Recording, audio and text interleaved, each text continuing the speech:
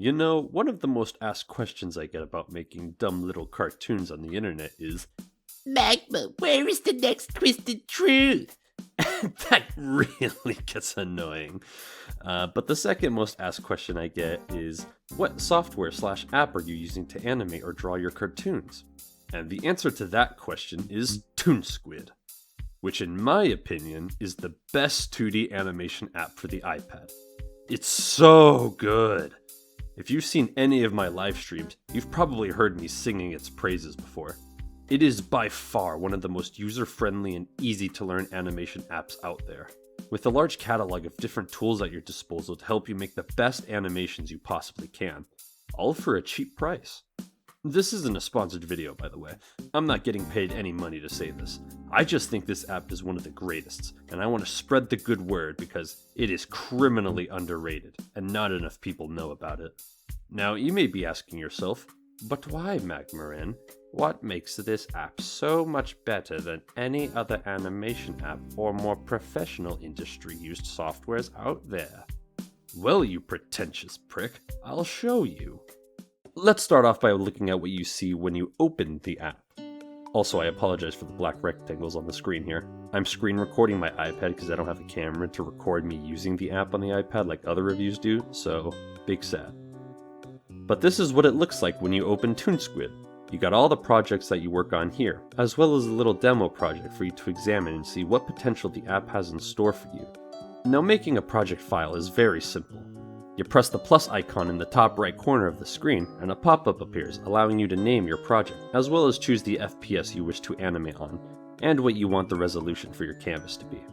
It also has some basic preset settings for you to choose, and will save your recent settings if you create a new project and want the same settings as the old one. Once you've selected your settings, all you have to do is hit create and it will set up your project. And just look at the user interface here. It is so nice and clean. Everything is all nice and organized and off to the side so it's not a visual eyesore. It's very obvious what each tool is, and it doesn't feel overwhelming in the slightest, which is very nice for those using the app for the first time. Now, the first thing we will be taking a look at is the timeline. If you look at the bottom right of the screen, you can see an arrow with a line under it. If you press the arrow, it will bring up the animation timeline. On the timeline, you can see the layers we will be drawing on, as well as the onion layer, the playback loop button, the playback animation button, the skip to the end and skip to the beginning button, and our FPS setting, which you can change if you want by tapping on it and adjusting the FPS to your liking. You can also change the onion skin settings by holding down the onion icon and a pop-up will appear, allowing you to adjust the onion skin settings to your liking. Now, below all these tools, we have our timeline with our animation layers. Now, to add frames to the layer, all you have to do is go to Add Drawing at the bottom right and press it to add a new frame to draw on. You can also hit Duplicate to duplicate the same frame next to it, or you can hit Extend and it will extend the frame out of the timeline. You can also extend frames by tapping on a frame to select it and holding the edge of the frame to drag it out on the timeline to wherever you want it to go. Speaking of tapping on the frame, if you tap on the selected frame again, a pop-up appears, allowing you to edit or delete the frame. If you have multiple frames you want to move on the timeline, you could press Select Multiple and drag your Apple Pencil or finger onto all the frames you want to move, which selects them and allows you to hold down on the frames to pick them up and move them to a different part of the timeline. Very useful. You can also double tap a frame and then drag your Apple Pencil to select other frames and move them as well. A nice faster way of doing it if you ask me. Now, say you want to add a bigger frame so you can animate in 2s or 3s. Well, if you go to the actions on the upper left-hand side of the screen and go to settings, a pop-up appears showing a bunch of different settings for the project file. If you go to general and down to drawings, you can change that number to whatever you want it to be so when you add a new frame onto your timeline, it fills up more spots to it. I'm not going to go into all the other settings here as I don't really use them. The only other settings I adjust are gestures, because there are some I don't like, but they're very easy to understand, so learning them's a piece of cake. Now, going back to layers on the timeline, there are actually two different sets of layers for you to draw on. You got the one on the timeline that makes up your animation frames, and you also got drawing layers, which make up the drawings for the layers on the timeline that makes up your animation frames. This allows you to draw as much as your character as you want in one frame, rather than having to create new animation layers and draw every part of the character on a different frame, saving you a lot of time and a lot of space. You can also edit each drawing layer by tapping on the selected layer, having a pop-up appear with different settings and tools for you to use. You can also tap the properties icon under the drawing layers icon to edit the layer further. Speaking of editing layers, if you tap on the selected animation layer, a pop-up will appear, allowing you to choose different options about your animation layer to edit. Neat. Now say you want to add new animation layers on the timeline. Well, all you have to do is press the plus button on the bottom left-hand side of the screen here, and it gives you a bunch of different options to choose from. You can add a layer with audio on it to animate to the audio, or a video layer to animate to a video. You can add images with some of these settings, a camera layer to add some epic cinematic shots to your animation. I don't really use the transform layer, so don't ask me what that does. A folder layer for you to add all your animation layers to make them nice and organized. And finally, an animation layer for you to add more frames and draw on. Now, real quickly, I want to show you the camera layer. So if you add a camera layer in order to move it around and do cool cinematic stuff with it, you have to press this dot icon under the timeline. This will allow you to edit the camera and change the position of it, the rotation of the camera, and the scaling of the camera. You can also go to the properties section and make a few more adjustments to the camera if you want to help make the animation better. Now let's move on to the tools you'll be using. So our first tool we'll be looking at is the transform tool. This tool allows you to transform your drawing by moving it or adjusting it as you like. You can also change its position, or you can rotate it, or you can scale it to make it bigger or smaller. The tool also allows you to edit the perspective of the drawing and even warp how it looks. Very nice, very easy to use. Next is the select tool, which is basically our lasso tool, allowing you to select different parts of the drawing, then transforming them as you see fit. Now we're getting into the good stuff. Next is our brushes. ToonSquid comes with a different variety of brushes, all organized into their own categories. I'm not going to go into too much depth with these brushes since there are quite a bit, but if you've used any drawing app before, like Procreate for example, then you're familiar with these kinds of brushes.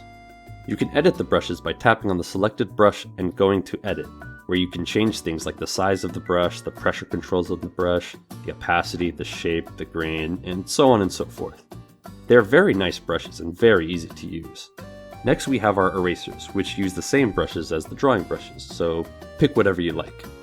Next is the smudge tool, which also uses the same brushes.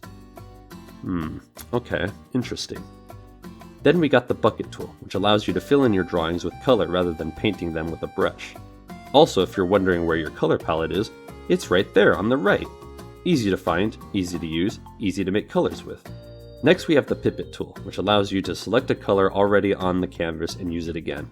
We got your text tool, so you can add text to your animation, and if you go to properties after adding your text, you can edit it by changing the size, the format, the font, etc, etc. Last but not least, we have the path tool, which I don't use very much, so I'm not the best to talk to you about it. Sorry. Now let's say you finished your animation and you want to export it.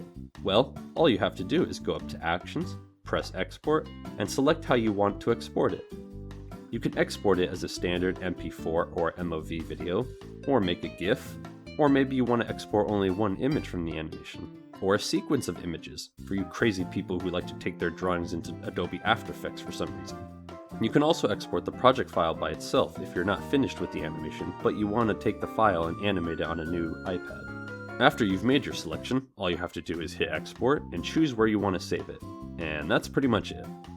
Now, I didn't go over everything the animation app has to offer. I pretty much only tackled the tools and settings I use the most. There are a few tools I missed that can help make your animation so much better and easier to make, such as the rigging tool, but since I don't use it, I don't know how it works. If you want to know everything, I recommend checking out the official ToonSquid YouTube channel, where they post more in-depth tutorials on how to use every tool on ToonSquid. I'll leave a link to it in the description and the comments below. But yeah, ToonSquid is f***ing awesome! It's got a lot of useful features and tools to it that are super easy to use and help make making cartoons and animations a whole lot easier. I can see this thing rivaling that some of professional animation softwares. Now, it's not perfect. There are some critiques I have of it. The first being whenever I play back my animation. It sometimes lags or glitches a bit, then I have to stop and rewatch it all over again. Now, this could just be an iPad thing, and mine is a few years old, and I don't update it consistently, so maybe it's me. I also wish there was a setting to edit the tips of the brushes so that the stroke of the brush can be more sharp or blunt. Sadly, the only way to edit the tip of the brushes is by editing the minimum size of the brush or the pressure control of it, but this also affects the brush as a whole. I wish there was a specific setting for the brush tip that only affects how sharp or blunt the tip of the brush stroke comes out.